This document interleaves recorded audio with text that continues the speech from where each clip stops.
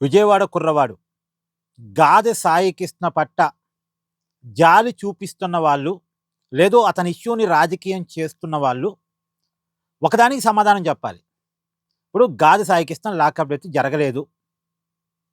అతన్ని బయటకొదిలేశారు. బయటే తిరుగుతున్నాడు అనుకుంటే ఏం జరిగిద్ది? ఏం జరిగే అవకాశం ఉంటది? ఒకసారి ఆలోచించండి. ఒక కరుడుగట్టిన నేరస్తుడు, ఫర్ ఎగ్జాంపుల్ చెప్తున్నా. ఒక కరుడుగట్టిన నేరస్తుడు, కేసులంటే భయం లేనివాడు, చట్టాలంటే భయము, భక్తి లేనివాడు, వ్యవస్థ పట్ల బాధ్యత లేనివాడు, కుటుంబ సంబంధాల విలువలు తెలవనివాడు, నేరం చేయటం హీరోయిజంగా ఫీల్ అయ్యేవాడు, ఒక గ్యాంగ్‌ని మెయింటైన్ చేయగలిగిన వాడు, గంజాయికి బానిసైన వాడు,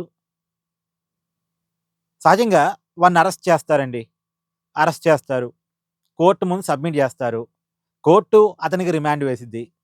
ఒక 3 నెలలకు, 4 నెలలకు, 5 నెలలకు, 6 నెలలకు ఖచ్చితంగా బెయిల్ వస్తది. అంటే కేసు తేలటం ఉండదు గదా! ఫస్టు అభియోగాలు మాత్రమే గదా! అక్యూజ్డ్‌గా మాత్రమే ఉంటాడు గదా! అక్యూజ్డ్‌గా ఉన్నప్పుడు బెయిల్ రావటం అనేది అతని హక్కు. బెయిల్ వస్తది. బెయిల్ వచ్చిన తర్వాత ఏం చేస్తాడు బయటకొచ్చి? మళ్ళీ నేరం చేస్తాడు. ఎందుకంటే ఇప్పుడు ఒక కేసు పడగానే ఒక 1 ఇయర్‌లోనో, లేదా ఒక 1 ½ ఇయర్‌లోనో, లేదా కొన్ని నెలల వ్యవధిలోనో శిక్షలు పట్టడం అనేది ఉంటలేదుగా. మన ప్రాసెస్ ఏంది? ఒక వ్యక్తిని అరెస్ట్ చేస్తారు. రిమాండ్‌కి పంపిస్తారు కోర్టు ఆదేశాల మేరకు. తర్వాత అతన్ని కస్టడీలో తీసుకొని విచారిస్తారు. తర్వాత అతనికి బెయిల్ వస్తది. బెయిల్ వచ్చిన తర్వాత వాళ్ళు చేసే పనులేముంటాయి? బెయిల్ మీద బయటకొచ్చిన వాళ్ళు తమ మీద ఎవరు కేసు పెట్టారో తెలుసుకొని, ఆ కేసు పెట్టిన వాళ్ళని బెదిరిస్తారు. నంబర్ 1. నంబర్ 2, ఆ కేసులో ఉన్న సాక్ష్యాలని మాయం జేస్తారు. నంబర్ 2. రెండోది, ఆ కేసులు తొందరగా తేలవు కాబట్టి సహజంగానే వాళ్ళకి కేసులంటే భయం ఉండదు. చట్టాలంటే భయం ఉండదు. వ్యవస్థలంటే బాధ్యత ఉండదు. సరే, అది నంబర్ 3. నంబర్ 4, సహజంగానే పదే పదే నేరాలు చేసే వాళ్ళకి రాజకీయ పలుకుబడి ఉంటది. వాళ్ళకుండే పరిచయాలు వాళ్ళకుంటాయి. ఆ పరిచయాలను ఉపయోగించుకొని జరుగుతున్న పోలీస్ ఎంక్వైరీని కూడా వాళ్ళు ప్రభావితం చేసుకోగలరు. అసలు పోలీసు విచారణ దాకా గాదండి. ముందు ఇప్పుడు ఎగ్జాంపుల్ అండి. ఒక కరుడుగట్టిన నేరస్తుడు ఒక అమ్మాయిని వేధించాడు. వేధించాడని ఆ అమ్మాయి కేసు పెట్టింది పోలీస్ స్టేషన్‌కి పోయి. కేసు పెట్టంగానే వాళ్ళు ఎవరైతే వేధించాడో వేధించిన వాడిని అరెస్ట్ చేశారు.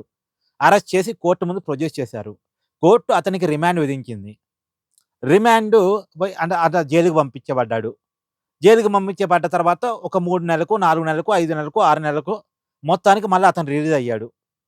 అతను విడుదలయ్యాడు. విడుదలైన తర్వాత బయటకొచ్చి ఎవరైతే తన మీద కంప్లెయింట్ చేశారో వాళ్ళ దగ్గరికొచ్చి వాళ్ళని బెదిరించే ప్రయత్నం చేస్తాడు.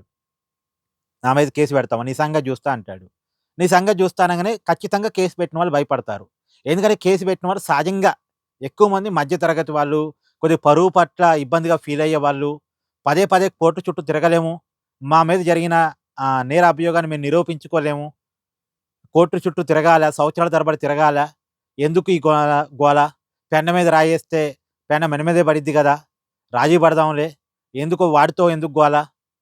వాడు పదే పదే ఏదో రకంగా చికాకు చేస్తూనే ఉంటాడు అనే భయంలో నుంచి, లేదు ఎవరో మధ్యలో మధ్యవర్తి వచ్చి మాట్లాడతాడు. ఏదో ఒక కాడ ఒక రాజీ అంటూ జరిగిపోయిద్ది.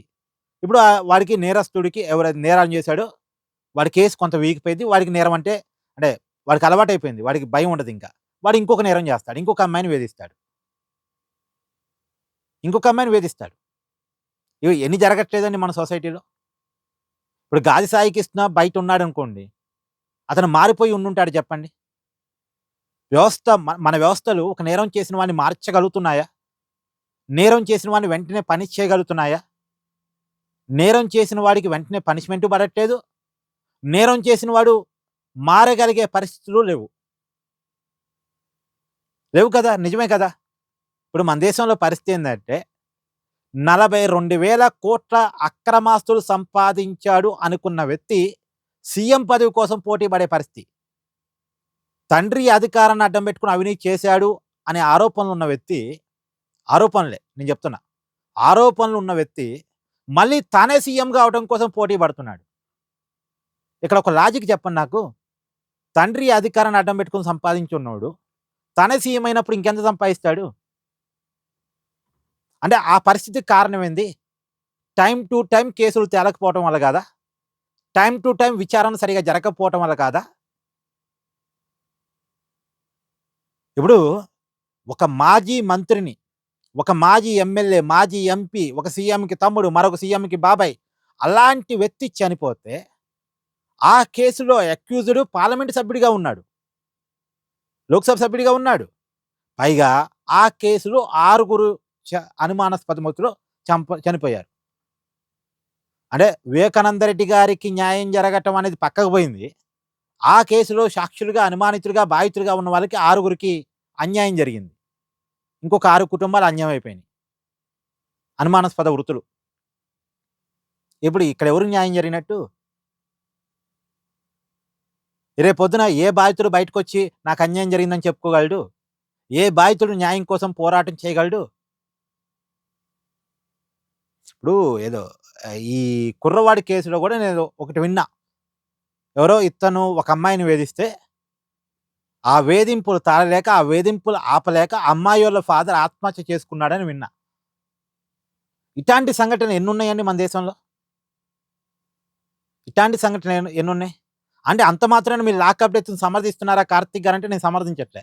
కానీ మన వ్యవస్థలో మార్పుల గురించి చర్చ జరగాలి. మన వ్యవస్థలో మార్పుల గురించి చర్చ జరగాలి అనే పాయింట్‌ని మీ ముందు పెడుతున్నా. నేను పదే పదే చెప్పదలుచుకున్న పాయింట్ అదే. లాకప్ డెత్ కరెక్ట్ కాదు. చట్టాన్ని చేతిలో తీసుకోవడం కరెక్ట్ కాదు. కాకపోతే తప్పు చేసిన వాళ్ళని వెంటనే పనిష్ చేయగలిగేటువంటి పరిస్థితులు రావాలి. వాళ్ళని మార్చగలిగే పరిస్థితులు రావాలి. దానికోసం ఏం జరగాలో అది జరగాల్సిందే. ఏమంటారో మీరు కామెంట్ చేయండి.